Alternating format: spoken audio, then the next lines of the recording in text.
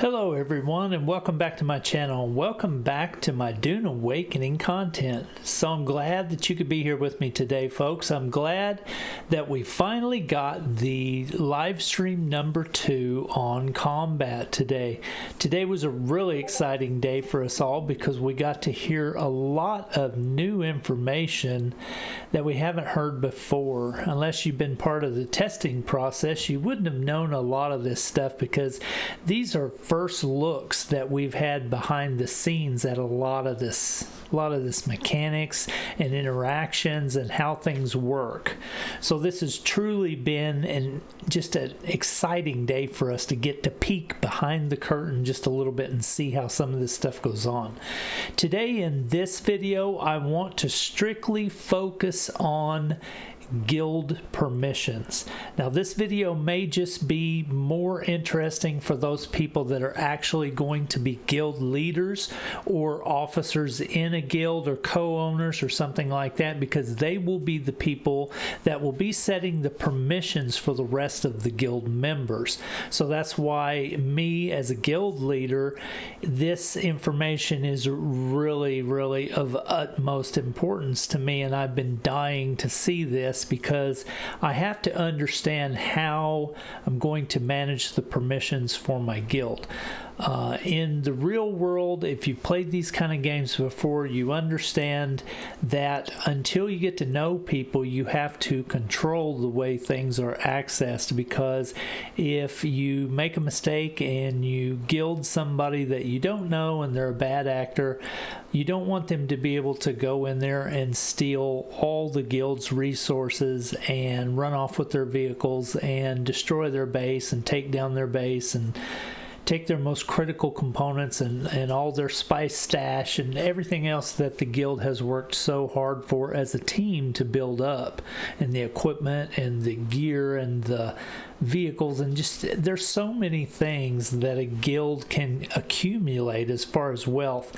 So it's really important to set permissions for people until you play with them for a little while, or you possibly know them in real life and you know who you can really trust and who you can't. I know that that seems like a negative thing to have to say, because in the perfect world we should all just trust each other and everything will be great and all that, but this is the real world and things like that happen. And if you've ever been what's called insided, you know what I'm saying. In games like Ark and stuff like that, you get insided when you allow somebody to join you and then you didn't really know them as well as you thought you knew them, and they join you and then take advantage of the permissions you set to steal all your stuff, disband your guild, kick everybody out of the guild, shut you down, and just wreak havoc on you. And that's a sad thing to happen in these kind of games, but treachery happens. And if you ever remember games like EVE Online, whoa, that was a game that the political treachery and intrigue was at its highest. I mean, the stories of treachery in that game were just monumental, to where people would lose thousands and hundreds of thousands of dollars because of the treachery of being insided and spies and all that kind of stuff. So that is kind of why the necessity for permissions came about.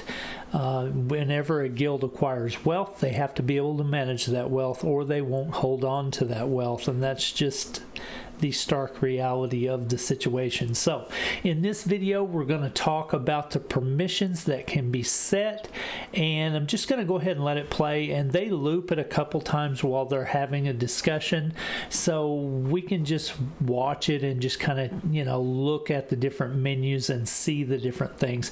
I'm very pleased with what I'm seeing, though, I will have to say that. So if you are a guild leader and you're watching this video and you're interested in knowing knowing what kind of abilities you're going to have, as far as how are you going to set the different permissions for different things for different ranks within your guild. You'll be pleased to see you'll have permissions that you can set on storage. You'll have permissions that you can set on doors, on vehicles, on the sub 5 console, which controls your base construction. More than likely, I didn't see it in this video, but I'm going to assume with the awesome level of customization that they have for permissions on these things I've mentioned, I'm going to assume that they do that for crafting stations and all that kind of stuff too. So, I mean, this is the nerd in me coming out right now, but this is really exciting for me because I'm a guild leader that has been leading guilds for almost 30 years in MMOs. I started in Ultima Online back in the day, and this is the kind of stuff that I nerd out on because it's what I've always done, is be a guild leader. So the more permissions you give me, the happier I am about it, because it allows me to do creative things for my members, you know, ranks, different guild features. You know, you're able to do events because of the things that you can set up and do, and just all that kind of fun stuff, and you can get really creative with it. So let's watch this video and let's listen to what they have to say about the permissions. The accent on some of these people may be a little bit hard for you to understand. I know it is for me, so I'll kind of try to clear some things up that seem hard to really understand, but let's get into it. All right, I hope you're ready. Do you actually have a permission system in the game for a whole lot of things, right? Like, tell us a little bit more about that. Yeah, so survival games commonly have this type of bases, right, that you can build in the world, and we have that as well. And we have a longer term persistence than most survival games. So we needed some robust way of sharing access to certain type of assets in the game, right? Like bases, but also vehicles. So here we also have this hierarchical type of system similar to what we have in guilds.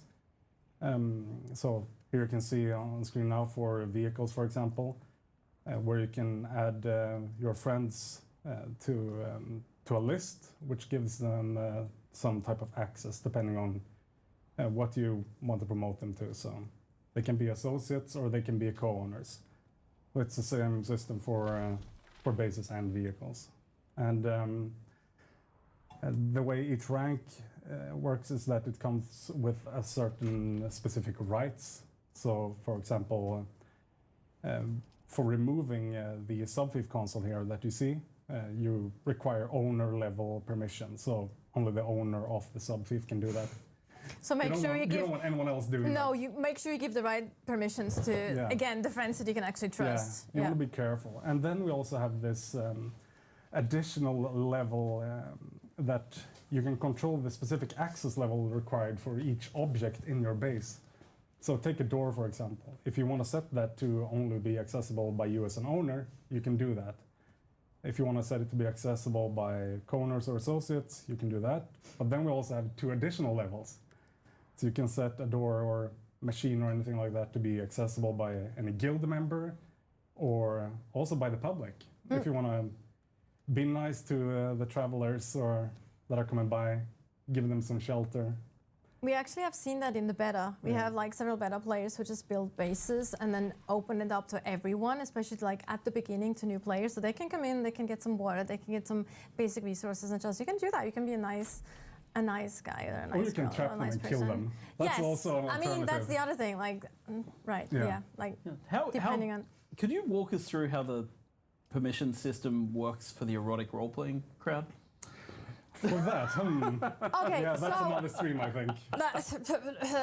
Okay, let's go. Let's get into like. So when we go into all this level of control that you have over permissions, and it can be a little bit like intimidating almost if you go intimidating. You know what is it now? Yeah, I know. Yeah. Anyway, you're intimidating. I get it. You scare me. I'm intimidated. Shoulders down. So it can be a little bit intimidating because it feels like a lot of work, but there's actually a more streamlined option that you can do as well. well, and it makes it a bit more easier to set all these permissions. Yeah, so we have a lot of assets tied to Joel's scenario here that he painted, and you want to give. Tied. Yeah, exactly. So if you want to give access to a lot of bases and vehicles used for his scenario, then you can open the profile for a friend, for example, that you want to give access to a lot of assets. And it's a simple list where you can click, okay, I want to give this person access to that base, that base, that base, and these 3 vehicles, and it's done from a distance. So it's very convenient to set up. Absolutely. Cool. I think Okay, so now that we've kind of watched this loop a few times and we've listened to them talk about it, let's kind of go back and just let me look at it together with you to try to see what we think about it. Let me get to the start of the console section here. Hang on. Try that. Okay, so this is the Sub 5 console. This is what controls your building. You have to put this down to actually give yourself the building range that you initially show yourself so that you'll know how big you can make your building. And they have said through some of the other videos that we've watched that you do have the ability to expand your range. They called it control rods or something like that, that you would upgrade the Sub 5 console with to be able to give yourself up to like 5 more horizontal and 5 more vertical ability spaces to be able to build. And then when they say 5 more, I think they're kind of talking like structure height. So if you have like 1 wall, I think that's like 1. And each time you stack a wall, it goes up by 1, I think. I don't know. That makes sense because that's kind of similar to what we've seen in other building design systems. So I kind of think that that's maybe what they're doing here, but I'm not 100% sure. So don't, take that as gospel. This Sub 5 console, though, however, does say that it is an advanced Sub 5 console. And so that obviously means that they have put some work into it in leveling it up to expand their range. Now what this 3 means right here, I don't know if that means that the Sub 5 console is like a level 3 or whether this is the 3rd base that the player owns or what that 3 really means. I don't really know what that means, so it's your guess is as good as mine on that one. So when we actually, let me mute their talking though so I can actually play the video. Yes. When the person goes into the console though, let's see the permissions that are inside that. So when you're in the advanced Sub 5 console, you see permissions, you see storage, and you see general settings. Right now they are on the general settings tab, and this is where you can see that the power is enabled, and you obviously can shut it off and disable it. I don't know why you would want to do that. I guess maybe if you're trying to save something, I don't know, resources, you would disable it, or if you're going to shut your base down or something, I guess you would. But you can see where I guess this Sub 5 console has a maximum circuit power range. I don't know if it's something you can upgrade as well, or whether this circuit power range just upgrades as you upgrade the console. I'm not really sure. But it shows right now a power usage of 90, and it shows a circuit power of 3745 out of 4200. So I don't know if that means that what they've got going on in their base right now is using this much power, or it's actually showing a circuit load of 3745 out of the 4200. I'm not sure. So that's kind of interesting. But here you can see the access level, and this is where they keep showing in the game where they're clicking these little arrows and they're taking the permission level up or down the ranks of the ladder. Just, you know, kind of think of this as a ladder, and as you go higher up the rungs of the ladder, those are the more advanced permissions. The lower you go on the ladder, those are the less, you know, permissions that you're granting to someone. So this would obviously be like an initiate, somebody that just joins the guild today that you don't even really know. You would set them here until they prove themselves and show that, you know, they're a team player, they're part of the guild, and that they can be trusted. Then you bump up their permission ranks so that they can access more and more things, and that gives people the desire to want to grow and gain trust within a group so that they can reap more benefits of that group. Excuse me. So this is really cool to see them work through that. You can see he's, you know, thinking about moving it up.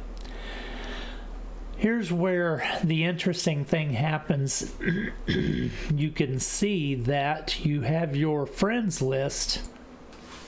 So we see you have your friends list, and this is really interesting because I see where it says enter character name or Funcom ID.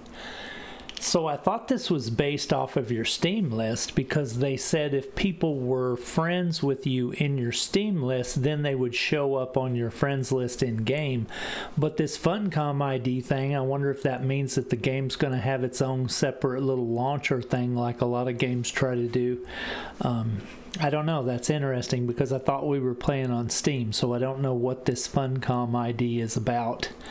I don't know if you have to create a separate account, and maybe that's what's going on here. Why does this say Agamemnon number blah blah blah and this says Kronos? I don't know. Is one the Steam and one the Funcom ID? I don't know. That's interesting. It'll be interesting to see how that works out. But you've got your player friend list and then their role overview. So you can see they're adding people to the permissions list by hitting this little plus, and then that person will drop over into the permission list. We're looking at the sub 5 console, so the permission list looks to be individual for each item. He did make the statement there just a second ago before I paused the video, though, that you had this overall type command permission system to where out in the world you could look at a player's, I guess, look at their description or their specifics about their character, and you would be able to then just go down the list and say give them access to the base, give them access to these vehicles, blah blah blah.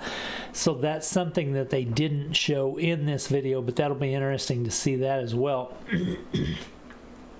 But this is the actual addition of the person to the permission list for the item. And then we'll see as we go through the video where when they add someone, this is the owner, so they're automatically on it and they have the highest level of permission. Like they said, you know, unfortunately you have to be really careful in this day and age who you give permissions to your loot to, or your base, or your resources. So the owner is the one that's the owner of the sub 5, and you wouldn't want to give that permission to anyone else, because then they could take down your base and all that work is lost. But when they do add people, like right now, they come in at ranks. Now right now they're associates, and he just hit the up arrow and moved these two people up to the co-owner rank, which then gives them more ability to do things. They have more options on the panel. You know, they can now change the description or do this kind of thing, or, you know, take items from this storage. So now that they are co-owners, they have more permissions than just the starter one that they showed them bumping in at. And that's really interesting to see, because you can manage each person individually, and then you can also remove them from the permissions list if you need to. You know, so if somebody is a bad actor and does some bad stuff, well, you click the X and now they don't have permission to things. So that's really interesting to see. So that was the Sub 5 console, and then he moves to the door, and we have what they call a pentashield surface vertical. So I guess these doorways are called pentashields, and I think these are a little bit different from your sliding doorways because these are designed more to get vehicles in and out of easily. As you can tell to the left over there, he has a little tank track looking thing, and he obviously drove it straight up into this pentashield doorway, and it allows him to just drive right up into his base, which is super cool because that's what I want to do. I want to build my vehicle storage within my base, because while I'm in my base, I just like to look at my toys, you know, and I think that's really interesting, and I want to keep my stuff protected from the elements. But this is one of the things that I was really curious about. If you'll remember the building video that I did not too long ago, I was talking about doors for a little bit, and I was talking about how you can set your permissions and stuff, and this is really good to see because you can do an access level for the door. You can give the public, which was the first one he showed, so anybody could come in. Then guild members only could come in and obviously use the owner. Then let's see what's next. Associates, co-owners, and then if you wanted to, you could just set it for owner only.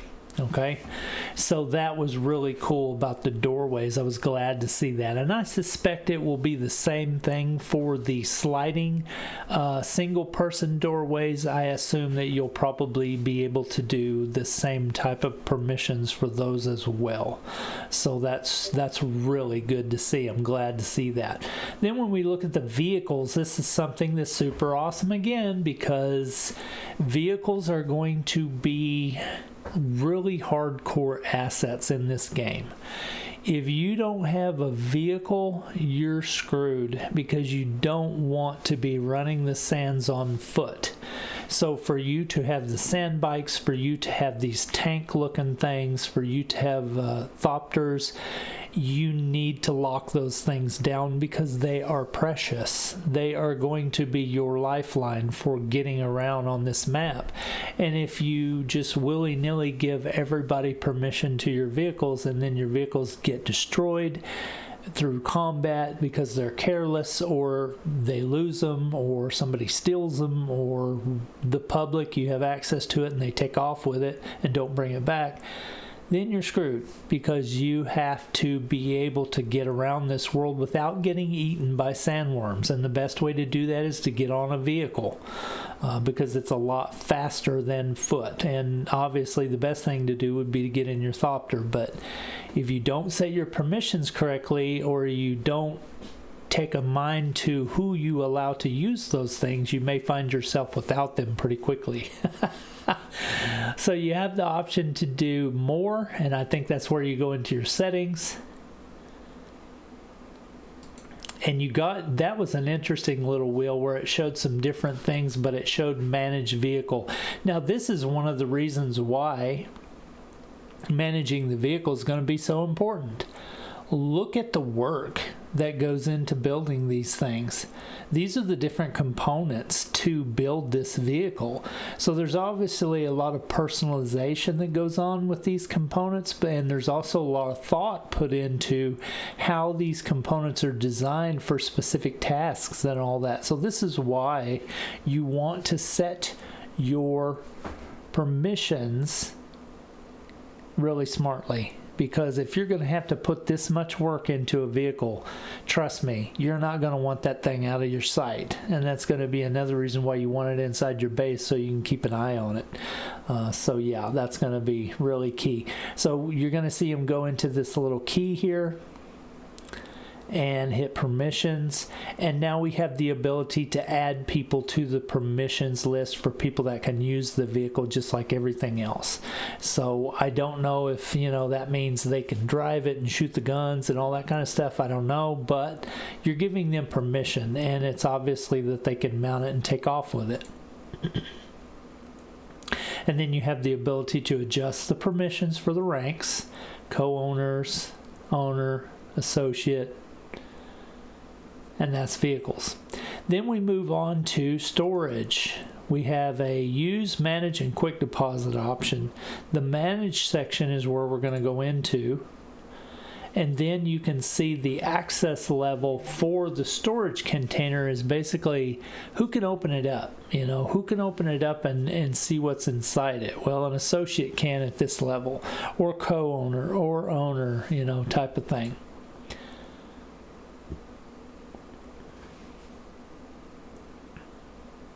And then that just basically shows the person using that item.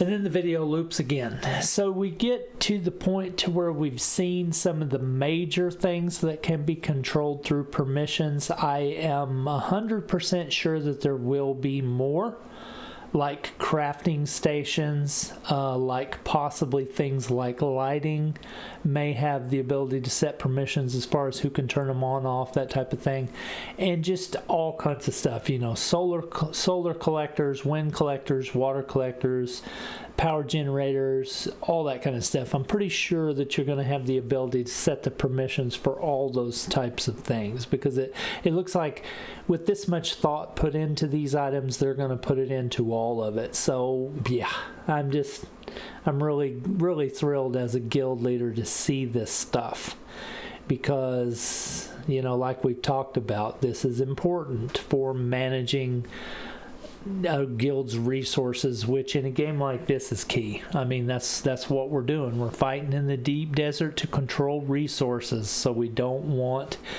political backstabbing and intrigue to rob the guilds of those items. So I just want to tell you thank you. I appreciate you being here watching my content. If you've enjoyed this content and you possibly learned anything or was entertained, think about subscribing and hitting that like button. That would help me out greatly, and I'd appreciate it. Consider ticking that bell so that you're notified whenever I make more content, because I don't want you to miss anything I'm going to make. If you're interested in Dune Awakening, maybe you're interested in seeing my content too. So I appreciate you being here. I appreciate your time. I hope you have a good day, and I will see you in the next Dune Awakening video I'm going to be making coming soon. Peace.